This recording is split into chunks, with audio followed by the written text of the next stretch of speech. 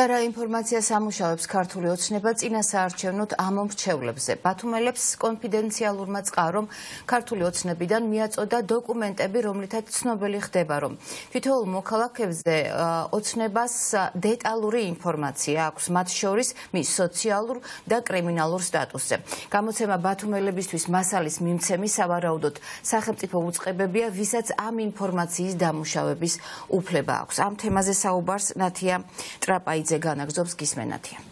ერთ-ერთი მთავარი ვარაუდი, რომელიც ბათუმელების სტატიაში არის მოცემული, არის სწორედ ის, რომ ინფორმაცია, რომელიც ქართული ოცნების ოფისებში, არა მხოლოდ თბილისში, არამედ რეგიონებშიც მუშავდება, სავარაუდოდ არიან სახელმწიფო უწყებები, რადგან ის ინფორმაცია, რომელიც არის ამომრჩეველზე, სხვადასხვა უწყებაშია დაცული და ამ ინფორმაციის დამუშავება კონკრეტულ უწყებებს შეუძლია. მეტიც ამ სტატიაში არის მითითებული, სავარაუდოდ რომელი უწყებები შეიძლება იყვნენ ინფორმაციის გამცემები, ეს არის შინაგან საქმეთა, იუსტიციის, განათლების, ჯანდაცვის, სოფლის მეურნეობის და ფინანსთა სამინისტროები, რადგან სწორედ ამგვარი ამ უწყებებში დაცული ინფორმაციებია მოცემული იმ დოკუმენტებში, რომელიც არის ქართული ოცნების პარტიული თანამშრომლებისთვის ხელმისაწვდომი.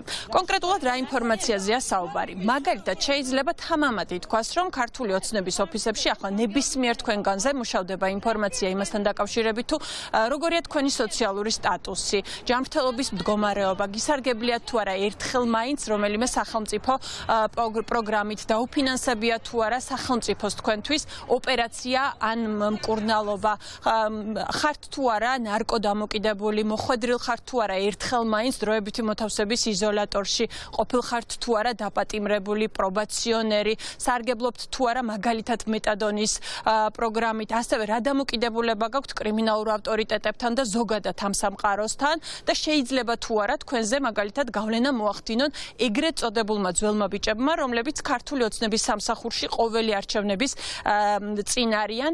ასევე არის ძალიან დეტალური ინფორმაცია იმასთან დაკავშირებით, თუ რითი სარგებლობთ, სად მუშაობთ, ვინ არის თქვენი დამსაქმებელი, როგორია თქვენი პოლიტიკური შეხედულება. როგორც გამოცემა ბათუმელები ამბობს, წყარომ ეს ინფორმაცია მათ კონფიდენციალურად მიაწოდა და შესაბამისად ინფორმაციაც ამ კონკრეტულმა გამოცემამ ერთი კონკრეტული რეგიონის მაგალითზე დაამუშავა, მცირედით შეცვალეს რიცხვები, თუმცა საერთო სურათი არის, რა თქმა უნდა, მოცემული და ამ ციფრების მიხედვით ქართულ ოცნებისთვის ახლა დეტალურად არის ცნობილი, რამდენი ამომრჩეველი უჭერს მას მხარს და რამდენ ამომრჩეველთან შეიძლება რომ გააგრძელონ მუშაობა. ასევე ერთი ძალიან საგულისხმო ინფორმაცია, რომელიც ამ ცნობებში არის, რომ ქართულ ოცნებას ხავს ეგრეთ წოდებული გავლენის ადამიანები, რომლებიც კონკრეტულ ჯგუფებთან მუშაობენ. ჩვენ რა თქმა უნდა ვესაუბრეთ საპასუხოდ არასამთავრობო ორგანიზაციების წარმომადგენლებს, ადამიანებს, რომლებიც ცდილობენ, რომ მოახლოებულ არჩევნებზე თითოეული მოქალაქის ხმის უფლება დაიცვან. ისინი ამბობენ, რომ ეს არის ცალსახად პერსონალური ინფორმაციის შესახებ კანონის დარღვევა, რაზეც აუცილებლად უნდა კონდეს სახელმწიფო უწყებებს და გამოძიებას რეაგირება, რისი იმედიც მათ ამ ეტაპზე რა თქმა უნდა არ აქვთ. ამ ტიპის ინფორმაცია მართველი პარტიის ხელში არსებითად დამაზიანებელი შეიძლება იყოს თავად არჩევნების პროცესისთვის, შეიძლება კი არა აუცილებლად იქნება. თუმცა იმ პირობებში, როცა ჩვენთან აბსოლუტურად ყველა სახელმწიფო უწყება მოშლილია, მე სიმართლე გითხრათ არ მიკვირს, რომ ამ ტიპის ინფორმაციები, რა თქმა უნდა, მართლ პარტიას მიეწოდება სხვადასხვა უწყებების მხრიდან.